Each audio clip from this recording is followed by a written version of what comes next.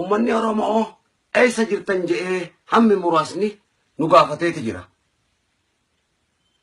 Ummanni Oromoo muraasni immoo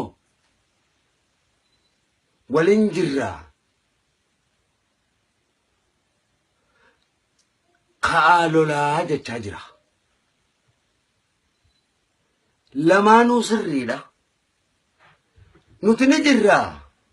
Iddoon jirrus Oromiyaa jirra. Numa gariin keenya qawween lolla, gariin keenya harkaan lolla. Inni lolaa jiru nuyi yeroo uummata Oromoodhaati.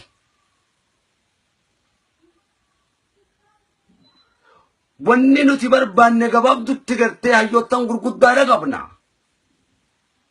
Hayyoottan keenya gartee gabrummaa akka dadhabne addunyatti nu iyyuu lola nu hayyamsiisu jechuun uummata addunyaadha. Si wajjin dippiloomaasii haa godhanii jechuudha. Kan biyyaan baa jiran. Uummanni immoo baqatan jiruu gabrummaatiin biyyaan baarra baqate. Hadda buuqatee gartee baargamatti tarkaanfate.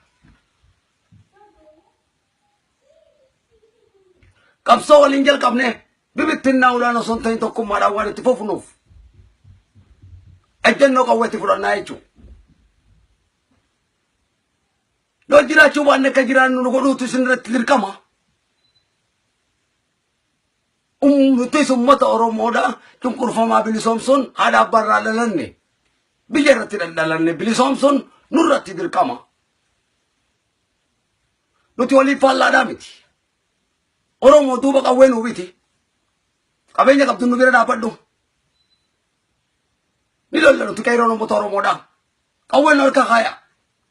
Lola nu lolchiisa. Kana isinitti dhaammanne. Eessa jirtanii isinirraa dhageenye. Isinitti mul'ifneetis jirra. Qawwee nuu bita yaa uummata Oromoodha. Wal kumachuu dhiisaa. Kan biyyaan baa jirtan. Nuu bita qawwee akka jirru isin garsiifnaa jechuudha. Lubbuu teenya uummata Oromoodhaatiif wareeguudhaaf baallama seennaa jechuudha. Bilisummaa haa ta'u gumaan isaanii barattoota keenya. Qeerroo wareegaman qabsoo keenyaaf. Kana isin gaafannaa jechuudha. Nuu bita qawwee.